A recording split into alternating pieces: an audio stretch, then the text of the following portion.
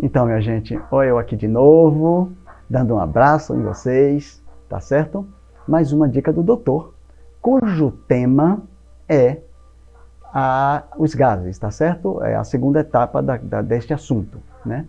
Não pretendo esgotar este assunto de jeito nenhum, porque é um assunto muito importante, existe uma grande quantidade de causas de gases, mas eu trago algumas coisas para que a gente possa estar alerta, tá bom? Antes, porém, se inscreva no canal. Muito bem, minha gente, se inscrevam mesmo no canal, tá certo? E cliquem naquele negócio, cliquem no sininho, façam todas essas coisas.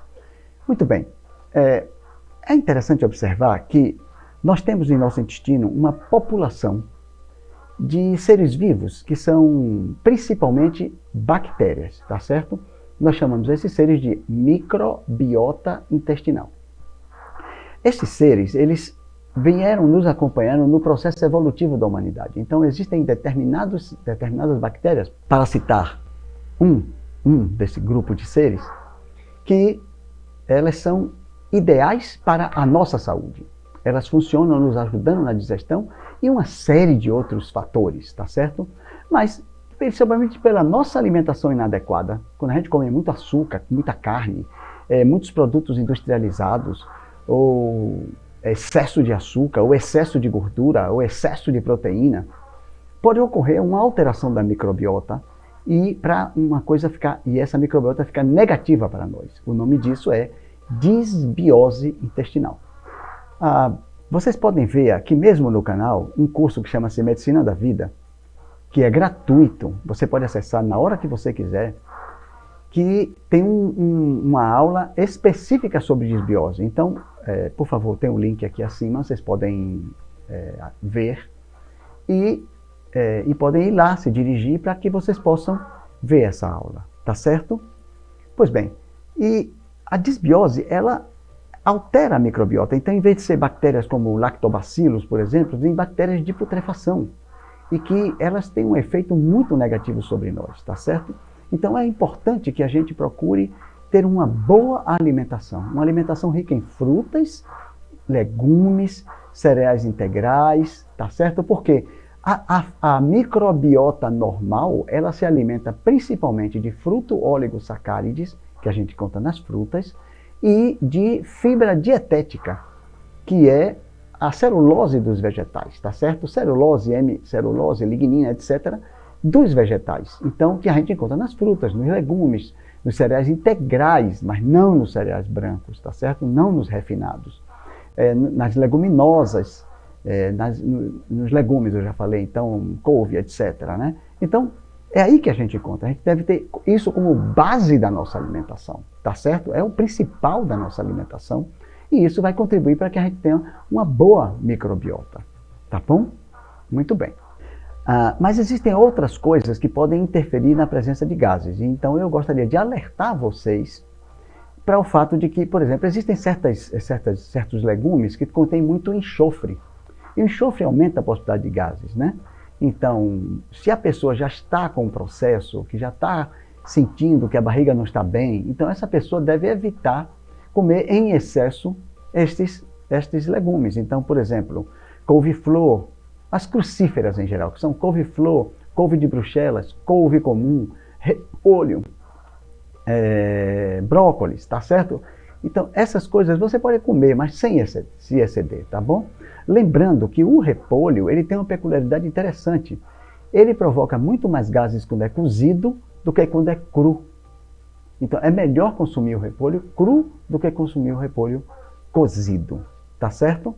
Muito bem. A mastigação também é muito importante. Se você mastiga bem os alimentos, eles vão chegar já muito bem quebrados e, inclusive, com os processos digestivos adiantados no estômago, no intestino, etc., o que reduz a possibilidade de gases. Também existem outras coisas, certas combinações alimentares, como, por exemplo, uma combinação de frutas ácidas, azedas, enfim, ou de vinagre com amido. Então, por exemplo, tabule com limão, ou tabule com vinagre. Tabule é trigo, né? Então, essas coisas podem aumentar a possibilidade de gases, tá certo? Também o consumo de comida excessiva com comer em excesso também aumenta a possibilidade de gases. Então, todas essas coisas contribuem para que a gente tenha mais gases. E o que é que a gente vai fazer para aliviar essa questão? Então, existem algumas coisas que são tradicionais para reduzir esse desconforto tão terrível, que é o desconforto dos gases, né? Você pode tomar alguns chás. Então, por exemplo, o chá de orégano é simplesmente sensacional para gases. É muito legal mesmo para gases, o chá de orégano, tá bom? Uma colher de sopa de orégano, uma xícara, joga água fervendo em cima, abafa, quando ficar com a temperatura agradável, você toma, tá certo? Não reparem, eu estou soluçando. Isso é uma coisa que eu herdei de minha mãe. Minha mãe era assim, ela de repente começava a soluçar, de repente parava. Eu sou assim também. Opa, tá vendo? De repente eu soluço, de repente eu paro de soluçar. Bom, é uma das coisas que eu herdei de minha mãe, uma mulher maravilhosa. Muito bem. Então, o orégano é legal. Também o chá de erva doce é muito, muito, muito, muito legal. O chá de funcho também é ótimo, tá certo? O chá de salsão é beleza também. O uso de carvão vegetal é muito legal também para reduzir os gases, tá certo? Então, agora, claro, eu estou dando umas dicas que você pode utilizar, mas é importante que você tente ver o porquê de que você está tendo gases. Essas dicas que eu estou dando são apenas uma forma de você aliviar o problema, tá certo? Existem muitas outras possibilidades de dicas também, tá? Mas tem uma coisa que, além de ser excelente em termos de aliviar a sintomatologia, é maravilhosa para reduzir gases. E porque, por último, ainda tem um papel importante na cura do quadro que está gerando os gases, que é a faixa úmida abdominal gelada. É simplesmente maravilhosa, simplesmente maravilhosa. Então, eu aconselho que vocês, por favor, procurem a dica do doutor aqui mesmo no canal sobre faixa úmida abdominal, tá certo? O título é faixa úmida. E vejam como é que se faz a faixa úmida. Façam da forma correta. Observem todos os cuidados que tem que ter, tá bom? Vão no meu site, www.aureoaugusto.com, que tem o manual de procedimentos que vocês podem baixar gratuitamente, tá certo? Gratuitamente, e vão poder ver lá a descrição da faixa úmida e como se faz. Não se esqueçam de ler a parte inicial explicando como os procedimentos podem dar certo. Porque se não fizer bem feito, não rola, tá certo? Pode rolar até o contrário, tá joia? Muito bem, minha gente.